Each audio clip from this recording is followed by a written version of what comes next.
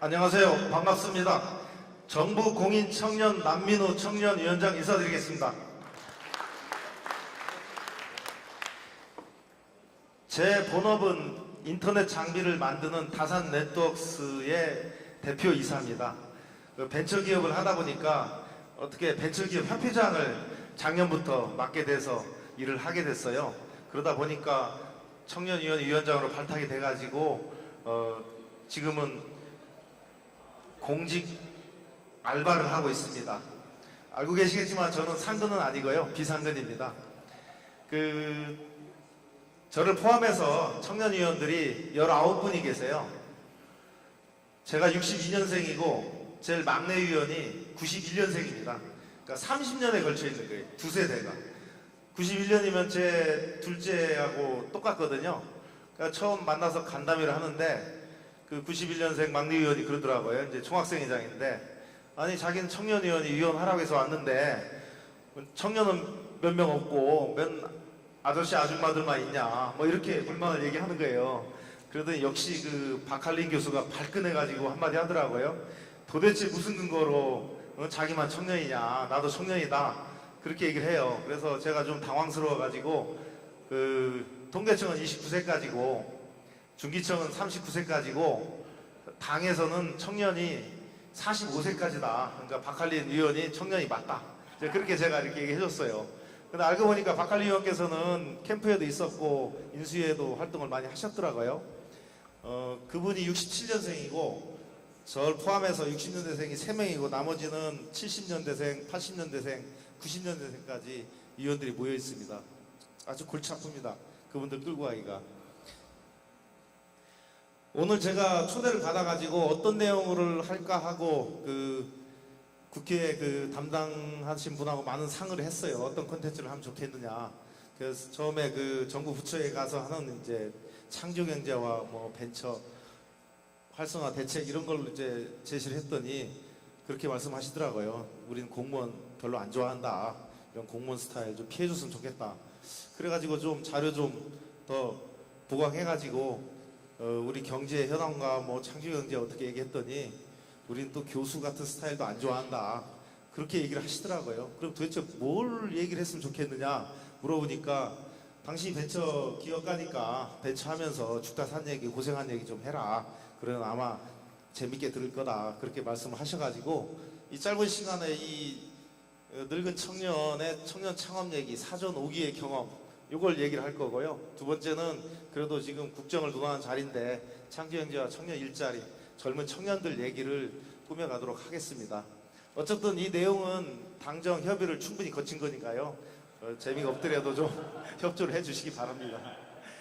제일 중요한 게 의원님들께서 많이 웃는 게 제일 중요하다 이렇게 말씀하세요. 절대로 졸면 안 된다. 자도 안 되고 이 시간 단가 굉장히 비싼 분들이 모여 있는데 졸기하거나 자기하면 그게 가장 잘못된 강연이다라고 말씀하셔가지고 제가 지금 굉장히 떨고 있습니다. 우선 제 얘기를 하겠습니다. 저는 91년도에 창업을 해서 보시면 굉장히 회사를 많이 만들었어요. 이제 인수도 하고 지금은 판교의 테크노밸리에 사옥도 지었고 총 매출이 3천억이 좀 넘어갑니다. 그리고 저희 계열사 다 합쳐놓으면은 직원이 한 1000명 정도 돼요. 무슨 놈의 회사를 이렇게 많이 만들었을까 궁금하실 텐데 사실은 제가 반밖에 안 썼어요. 한 10개 정도 제가 창업을 하고 사업을 해왔던 것 같은데 한 반 정도는 망해가지고 이름 안 올렸습니다. 좀 인수도 하고 합병도 하고 했는데 최근에는 이제 주로 이제 인수를 하면서 사세를 확장을 하고 있습니다. 여기에 관련돼 가지고 제가 사전 5기의 경험을 말씀을 드리도록 하겠습니다. 저는 91년도 나이 30에 창업을 했습니다. 그래서 4번의 위기를 거쳤는데요. 97년 IMF 유한위기 뭐 여러분도 잘 기억하실 겁니다. 그리고 2001년도에 코스닥 붕괴하고 IT 버블 붕괴할 때 그때 또 한번 고생을 했고요. 2004년도에는 사업 지속성 위기를 겪었었고 2008년 최근에 글로벌 금융위기 때도 죽다 살았습니다. 제가 이렇게 그래프를 그려보니까 IMF 위기 올 때까지는 뭐 아주 조촐하게 행복하게 살았던 것 같아요. 그 다음에 이제 코스닥 올라가고 나서 많은 변곡을 겪었습니다. 제가 91년도에 코리아 레드 시스템이라는 직원이 4명이 조그마한 회사를 창업을 했어요. 개인 회사입니다. 그때만 해도 벤처란 말도 없었고 사실 별로 할 게 없었어요. 일종의 오파상 같은 겁니다. 미국의 이제 회사에서 소프트웨어를 들여다가 삼성, LG 같은 연구소에다가 그걸 팔고 그걸 기술 지원해주는 그런 생계형 창업을 91년도에 제가 했었습니다.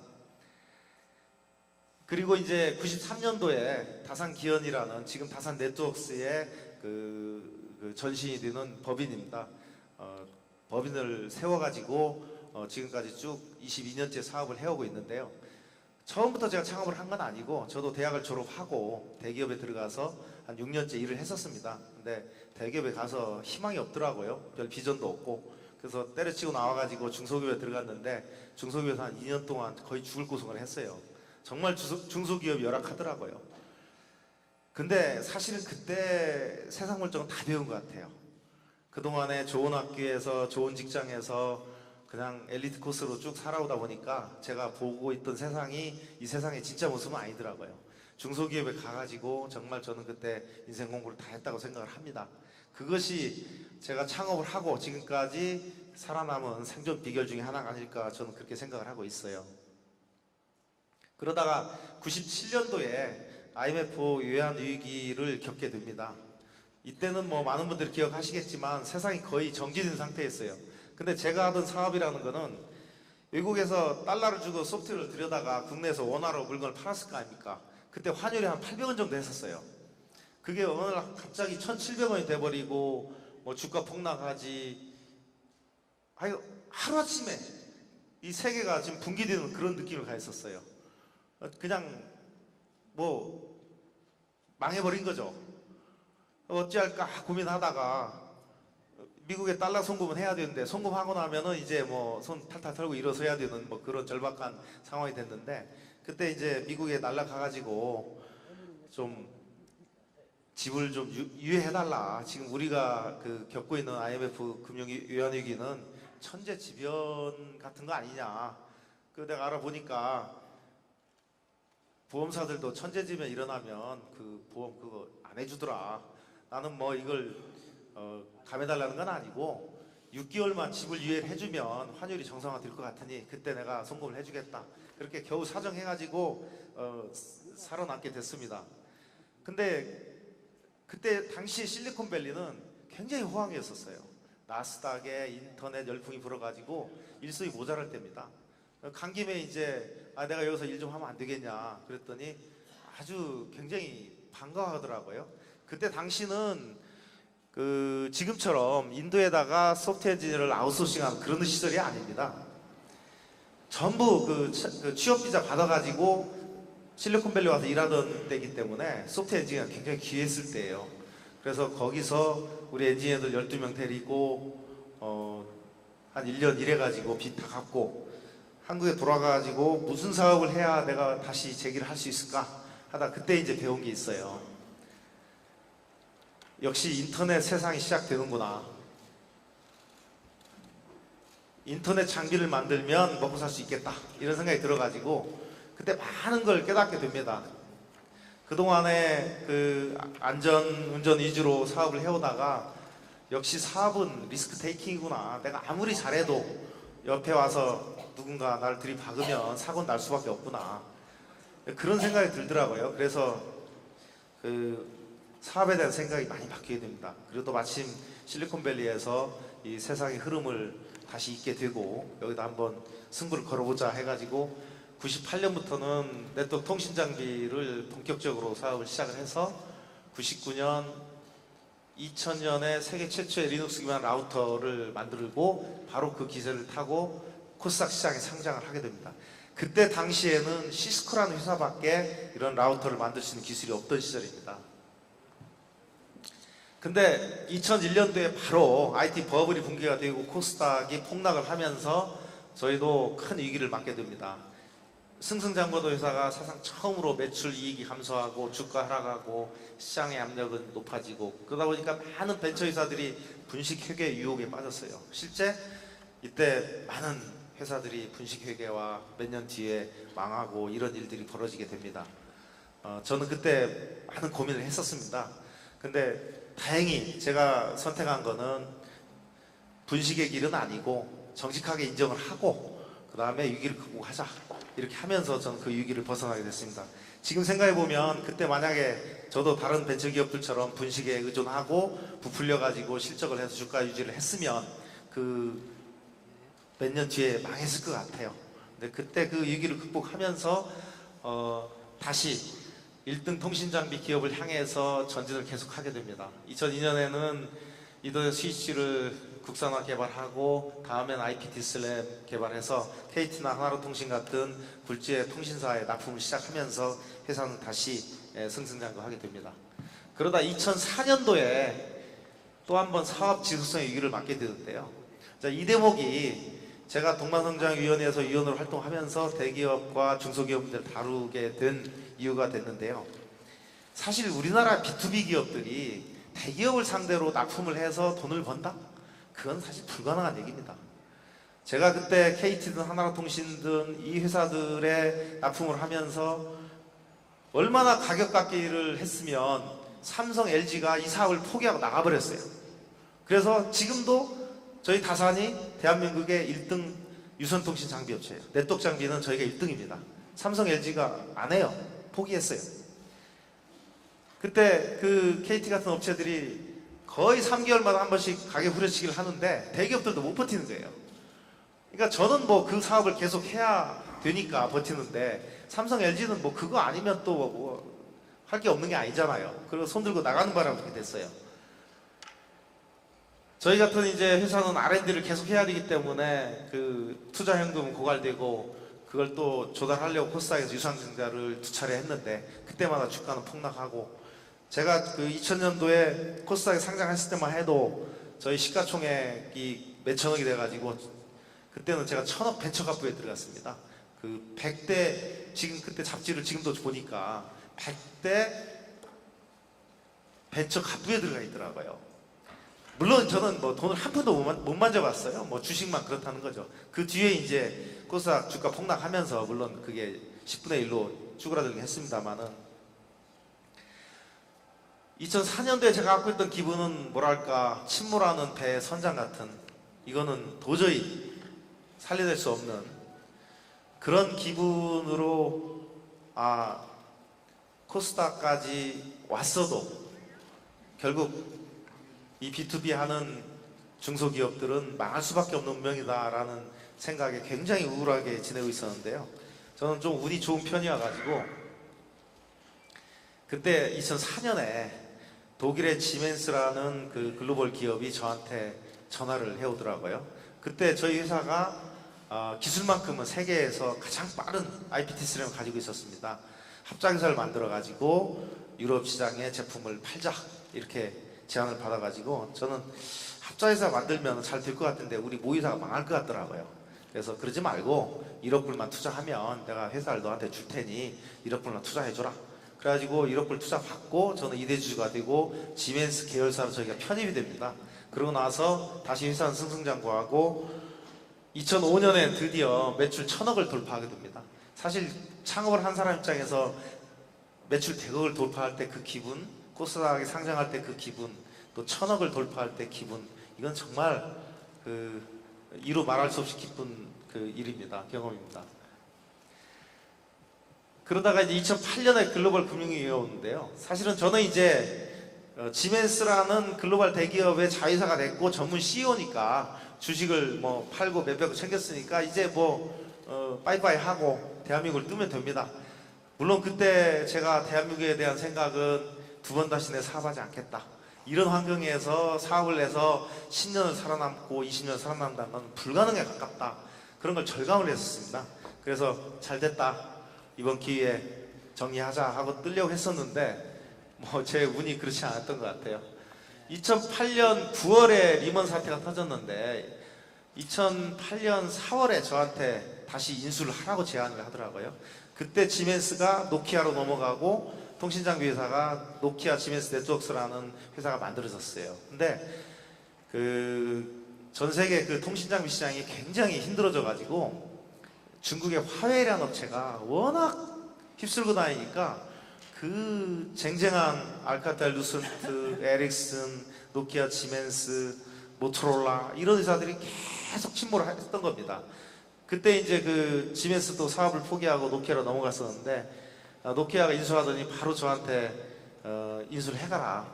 전 고민 끝에 이걸 다시 재인수를 합니다. 근데 한 달 뒤에 금융위기가 터지더라고요. 그때 기분은 정말 이제 끝장났구나 이런 생각이 들었어요. 환율 폭등하고 매출 격감하고 한 달에 30억씩 적자가 나더라고요. 1년 이대로 가면 나는 그냥 끝나는구나 이런 생각이 들었는데 정말 죽기 살기로 또 버텼어요. 그때 지금도 생각나는 그 정부 그 고용부 정책이 고용을 유지하면 80만원씩 주겠다. 그러니까 버텨라. 그런 그 안정자금이 있었어요. 그러니까 저희도 한 3분의 1을 파이어를 해야 되는데 파이어를 못하고 그 돈 주고 그 최대 6개월까지 우리 직원 3분의 1을 그 유급 휴직을 시켰습니다. 그러고 나서 6개월을 버티니까 다시 경기가 살아나고 2009년도에 길이 생기더라고요. 근데 그 고생을 하고 나니까 정말 그 비온 뒤에 땅이 굳는다고 회사가 굉장히 경쟁이 좋아지고 죽기 살기를 뛰니까 해외 시장도 소프트뱅크의 모바일 백홀 솔루션을 저희 공급하기 시작하면서 실적이 좋아지고 2010년도에는 역대 최대 실적을 달성합니다. 그때 처음으로 2천억 매출하고 250억의 이익을 냈습니다. 그리고 나서 이제 2011년, 12년 이제 사옥도 짓고 핸디소프트 인수하고 DMC 인수하고 사업을 확장하게 됩니다. 그래서 저희가 매출 3천억까지 올라가게 되죠. 요게 이제 저희 그 그룹사들 다 1000명이 모여가지고 이천 그 종합경장에서 체육대회 하던 모습입니다.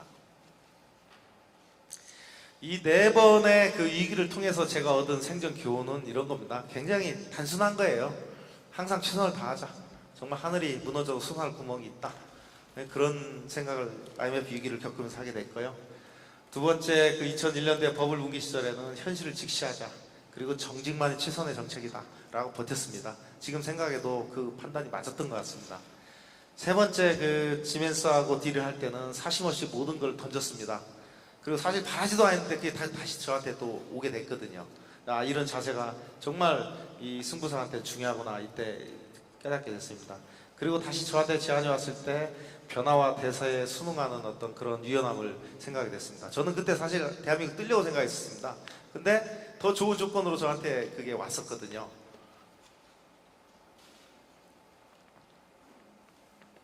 지금까지가 제가 그 20년 동안 사업하면서 겪었던 고생에 대한 얘기였고요.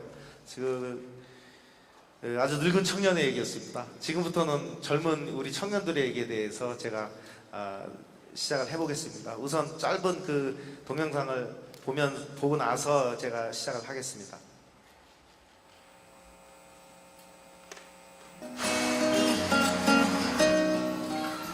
나의 하루는 5평 고시원에서 시작됩니다. 지금은 조금 방했지만 세계를 누비는 상상을 합니다. 저 국제기구로 나가는 게 꿈이에요. 더 넓은 세상에서 더 많은 사람들과 교류하는 그런 게 꿈이에요.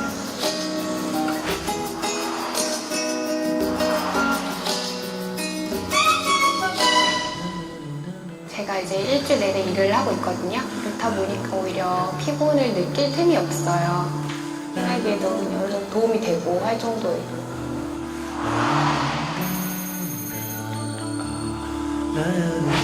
주말에만 하고 있어요. 출근을 못 참아요. 다음 학기에 꼭 등록하려고요.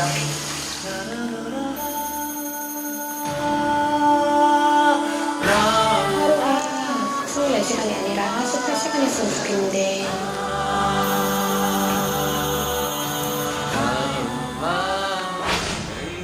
가끔 이제 약해질 때마다 제가 잘하고 있는 건지 못하고 있는 건지 이 길이 옳은지 누구 붙잡고 물어도 보고 싶고 얘기도 하고 싶고 그럴 때 있지 않아요?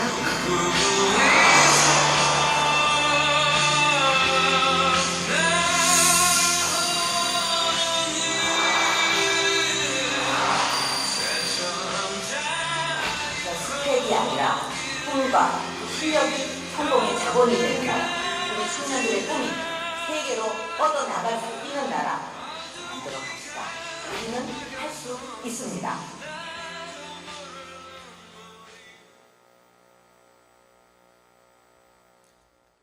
재밌게 보셨습니까? 저는 이 비디오 보면서 가슴이 좀 먹먹해지더라고요. 제 딸보다 훨씬 이쁜 모델인데 좀 못생겼으면 좀 먹먹함이 좀 적었을 것 같은데 저렇게 안쓰럽게 사나 싶어가지고 다시 한번 참 가슴이 아프더라고요. 저희 청년위에서는 2030 청년 1,500만 명을 대상으로 하고 있습니다.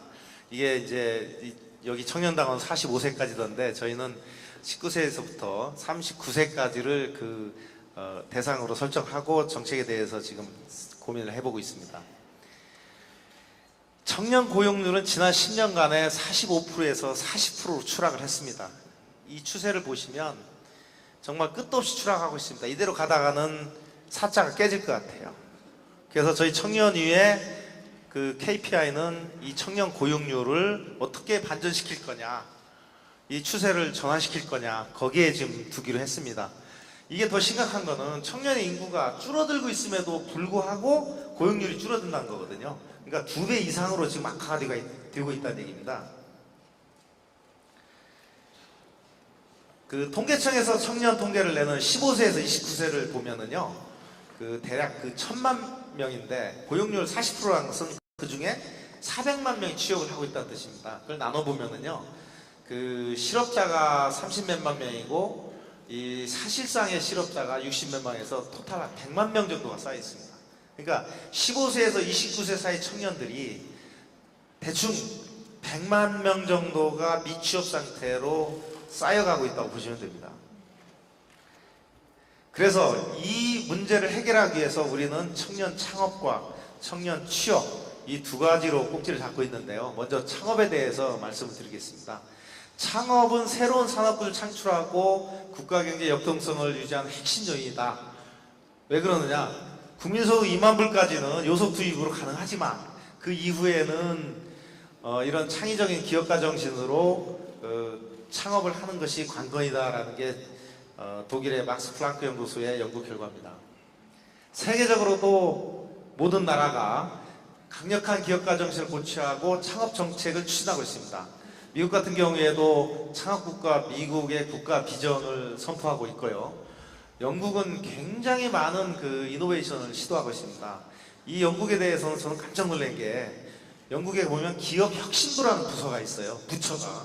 그러니까 디파트먼트 오브 비즈니스 이노베이션입니다. 정부 부처에 비즈니스라는 이름을 쓰고 이노베이션이라는 이름을 쓰는 건 전 처음 본 것 같아요. 그 정도로 영국은 노력을 하고 있는 것 같습니다. 저희도 좀 생각해 볼 필요가 있다고 생각합니다. 이스라엘은 잘 아시는 것처럼 세계 최고의 스타트업 국가입니다. 저희가 이스라엘 창업 국가에 대해서 많은 얘기들을 하고 있죠. 한국은 이제 2만 불을 넘어서서 정체되어 있는데 저희는 이걸 창조경제로 돌파를 해야 한다고 생각을 하고 있습니다. 이 창업의 중요성은 이 고용 없는 성장을 해결할 수 있는 최우선 대책이다. 미국 같은 경우에도 지난 30년 동안 매년 300만 개 일자리를 만들었는데 그게 다 창업기업이 만들었다는 겁니다. 기존의 대기업이나 중소기업이 아니라는 얘기죠. 그래서 새로운 성장과 고용은 대기업도 중소기업도 아닌 설립 5년 이내에 초기 기업에서 만들어진다. 이게 이제 많은 사람들의 공통된 의견입니다. 그럼 우리나라의 창업 현실은 어떨까? 베이비부모가 은퇴하고 스마트폰이 확산되면서 그리고 1인 창조기업 이런 정책이 있으면서 우리나라의 창업은 급증을 하고 있습니다. 그러니까 양적으로 봐서는 굉장히 모양새가 좋습니다. 그런데 질적인 측면에서는 한국의 창업 현실은 별로 좋지는 않습니다. 즉 성장형, 기업가형 창업보다는 생계형 창업이 급증을 하고 있다는 겁니다. 이게 지금 한국에서는 창업 생태계의 큰 문제로 되고 있습니다. 그러면 우리나라의 창업 환경이 어떨까? 나쁘거나 매우 나쁘다는 것이 70% 이상을 차지하고 있습니다. 그 이유는 많은 규제와 그 다음에 실패에 대한 어떤 두려움 이런 것들이 주를 이루고 있습니다. 그럼 우리가 이런 창업 생태계를 개선하기 위해서 해야 할 일이 뭘까? 우선 우리 사회 교육 문화의 그 분위기를 바꾸는 것이 굉장히 중요하다고 생각합니다. 지금도 여러분들도 뭐 아들, 딸이 있겠지만은 처음부터 끝까지 공부. 우리 사회 전체는 공부 하나로 모든 게 결정되는 그 시스템이라고 저는 생각하고 있습니다. 그러다 보니까 모든 학생들이 공부 하나에 몰려가지고 이 쏠림 현상은 정말 우리 사회의 부수적인 문제라고 생각합니다. 그걸 해소하기 위해서 이런 많은 노력들이 저희는 필요하다고 보고요. 그 다음에 우리가 이제 그 벤처업계에서 창업 생태계를 개선하기 위해서 항상 주장하는 게 있습니다. 보증이나 대출 중심의 창업이 아니라 투자 중심으로 전환해야 된다. 그러기 위해서 많은 정책적 노력을 해야 한다고 항상 주장하고 있고요. M&A 활성화, 코스닥 활성화, 정상화, 그 다음에 멘토링 이런 것들이 강화되어야 한다고 생각을 하고 있습니다. 무엇보다 중요한 것은 재기 시스템의 구축입니다. 우리나라에서 창업을 하지 않는 이유 중에 가장 중요한 게 창업을 해서 망하면 신불자가 되고 사회에서 낙오되는 이런 한 번의 실패도 용인되지 않는 이런 시스템 때문에 그렇습니다. 그래서 저희는 이 정책 중에서 제일 중요하다고 생각하는 게 창업자 본인의 연대보증을 폐지하는 것을 지금 심각하게 우리가 검토를 해야 한다고 생각합니다. 물론 정부가 많은 노력을 해서 3자 보증의 연대보증은 이번에 풀었습니다. 그렇게 해서 사업하다 망하면 친구도 망하고 그 가족도 망하는 친척까지 다 망하는 이런 고리는 분명히 끊어놨습니다. 하지만 창업자 본인에 대한 그 연대보증은 아직도 이게 풀리지 않고 있습니다. 반드시 이 고리를 끊어가지고 정말로 창업자들이 그런 신불자에 대한 두려움이 없이 창업에 나갈 수 있게 해야 됩니다. 이 부분은 이 부분만 가지고도 1시간 얘기할 수 있는데요. 이거 하나만 생각해보면 됐습니다. 네덜란드에서 동인도회사를 만든 게 주식회사 첫 출발점이었어요. 너무나 위험이 큰 일을 하기 위해서 유한 책임인 주식회사를 만든 겁니다. 그 배가 파산하고 다 날릴 수 있는 가능성이 크기 때문에 잘 투자를 하지 않거든요. 그러니까 그거를 무한 책임이 아니라 유한 책임으로 만들어 가지고 사실은 자본주의 시스템의 시장 경제가 저는 성장했다고 생각합니다. 근데 우리나라도 처음에 그랬어요. 그런데 그 박정희 정부 시절에 기업은 망해도 기업만 산다 이런 모랄헤드를 착자해가지고 그 창업자 연대보증을 시작하고 무한책임을 시작한 걸로 알고 있습니다. 그걸로 모랄헤드는 잡았지만 지금 와서 거꾸로 그것이 이 창업을 가로막는 족쇄가 되고 있습니다. 이거에 대해서 저희는 정말 심사숙고를 해봐야 됩니다. 그리고 금융거래에 관행이 돼가지고 이 고리가 잘 끊어지지 않고 있습니다. 그러니까 그런 그 유한책, 무한책임이 아니라 유한책으로 돌려가지고 창업을 해서 실패를 해도 다시 재기할 수 있는 그런 생태계를 만들어줘야 한다는 겁니다. 그래야 정말 똑똑한 친구들이 창업에 나서지 지금 같은 현상을 전환시키기에는 이 제도의 변화 없이는 저는 불가능하다고 생각합니다. 그 똑똑한 애들이 창업에 대한 두려움 때문에 그 창업을 하고 싶어도 못하는 그리고 여자친구가 말리고 부모가 말리는 이런 사회풍토라고 저는 생각을 하고 있습니다. 그래서 자, 그 다음에 저희 그 일자리 미스매칭 그 청년 취업 문제에 대해서 잠깐 언급을 해보겠습니다. 지금 아까 제가 말씀드린 것처럼 100만 명이라는 청년이 미취업 상태에서 대기를 하고 있는데 우리나라 중소기업은 26만 명의 인력이 부족합니다. 그러니까 뭐 얼마나 좋은 일자리인지 모르겠지만 그 좋은 일자리도 있고 인재도 있는데 이게 잘 안 되는 거예요. 이 그래프를 보시면 여러분 한눈에 감이 옵니다. 이게 제가 조사를 쭉 시켜봤어요. 실업계 고등학교 비중하고 인문계 고등학교 비중이 어떻게 변해왔는가. 거의 절반으로 실업계 고등학교가 줄었습니다, 지금. 그리고 대학 진학률을 쭉 봤어요. 80%, 지금 70%가 좀 내려왔습니다만은 우리나라 그러니까 학생의 70%가 대학을 갑니다. 그러니까 상위 10%의 좋은 일자리를 놓고 이 학생들이 경쟁을 하고 있기 때문에 이 일자리 미스매치는 해결될 수가 없습니다. 제가 볼 때 구조적인 문제예요. 우리가 그 유럽의 엔진은 독일의 듀얼 시스템을 주목할 필요가 있다고 생각합니다. 이 사람들은 잘 아시겠지만 4년만 지나면 김나지움으로 갈 건지 직업학교로 갈 건지 결정을 합니다.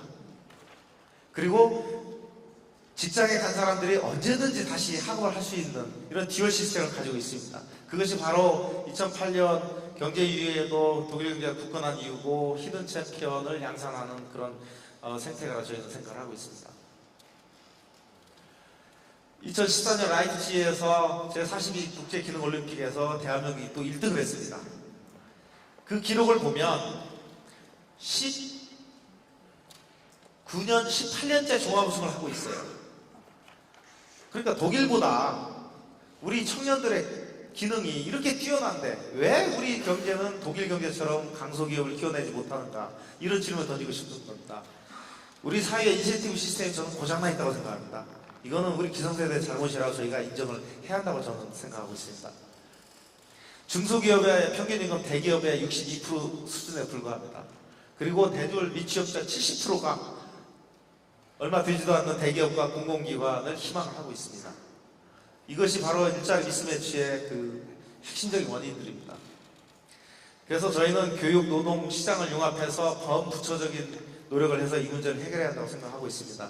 저희가 열심히 연구해서 10월이나 11월쯤에는 VFP 모시고 보고대회 하면서 나름대로 해법을 제시하려고 합니다. 그 주요 내용은 수요자 맞춤형으로 가야 된다. 그리고 스펙 초월형의 인재 육성을 해야 된다. 이거는 유연한 교육 시스템을 전제하지 않으면 불가능한 얘기입니다. 한 예를 들면 지금 지방 산단 옆에 폴리텍이 있는데 그 폴리텍 대학생들은요 모자랍니다. 기업들이, 저도 그 지방의 중소기업 그 공장이 하나 있는데 그 폴리텍 대학 학생을 어떻게 좀 채용해 보려고 하는데 모자라가지고 채용을 할 수가 없어요. 그러니까 공급이 딸리는 거죠. 폴리텍 대학 학생이 몇 명이나 되는가 따져보니까 2만 명밖에 없어요. 그게 한 10배 정도, 20만 명이라면 어느 정도 해소가 될 것 같은데 왜 안 될까? 저는 그런 생각을 하고 있습니다. 그리고 선취업 후진학 전략을 확대를 해야 한다고 생각하고 있습니다. 그러니까 전부 대학을 가게 할 게 아니라 취업부터 하고 그 다음에 언제든지 다시 교육을 받을 수 있는 이런 독일의 듀얼 시스템 같은 거를 확대를 해야 이 문제들이 해결될 거라고 저는 생각하고 있습니다. 이런 그 청년 일자리 미스매치를 해소하기 위한 방안을 저희 청년위에서는 열심히 부처들하고 상의해가지고 어느 정도 합의가 되는 대로 4분기 중에는 보고를 할 예정입니다. 그리고 산업 내에 숨겨져 있는 일자리를 적극적으로 발굴할 생각입니다. 정부 3.0 공공데이터 개방을 기기로 IT 서비스에 많은 일자리가 그리고 청년 창업이 가능해질 거라고 생각했습니다. 여기에 저희는 청년위에서 집중을 하고 있습니다. 정부 사업에서 청년고용을 확대하는 방안, 의무 채용뿐만이 아니라 청년 고용 지수 같은 걸 도입을 해서 정부의 많은 소프트웨어 사업, IT 사업에 몇 조 원이 투입되고 있는데 거기에 저희 청년들 일자리가 만들어질 수 있도록 노력을 해보겠습니다. 그리고 온라인을 통한 양질의 파트타임 일자리를 창출해서 지금 시간 선택제 일자리의 대부분의 시간을 보내고 있는 청년들한테 더 나은 조건의 일자리를 만들어 보도록 하겠습니다. 그리고 K무브가 또 국정과제로 추진되고 있는데요. 이거 과거에 우리 은행도 했던 겁니다. 근데 저희가 정말로 시장과 기업 수요를 바탕으로 한 내실 있는 K무브가 되도록 챙기도록 하겠습니다. 그래서 국정과제 중에서 저희 청년위가 집중하고 있는 것은 바로 K무브 과제하고 아까 말씀드린 정부 3.0 과제를 중점적으로 챙기고 있습니다. 그러니까 중소 중견기업 해외 진출과 연결시켜가지고 이 해외 인턴 사업이나 청년 일자리 만들도록 그렇게 유도할 생각이고요. 봉사와 인턴과 취업 창업이 선순환되는 그런 연결고를 만들고 하겠습니다. 지금 1,700억 예산을 쓰고 있는데요. 고객과 포함해서 한 1,700명을 내보내고 있더라고요. 그러니까 한 사람당 1억을 쓰고 있는 거예요. 저는 그거를 17,000명까지 늘려야 한다고 생각하고 있습니다. 무조건 해외로 나가는 청년들 1년짜리라도 좋으니까 기회를 주는 것, 여기에 더 집중을 해가지고 챙겨보도록 하겠습니다. 그래서 지금 우리가 해야 할 일은 굉장히 많습니다. 이 시간 없는데 굉장히 많습니다. 이거 많이 좀 챙겨주십시오. 저희 청년위가 출범한 지 한 달 정도 됐는데요. 끝났습니다. 경청해주셔서 감사합니다.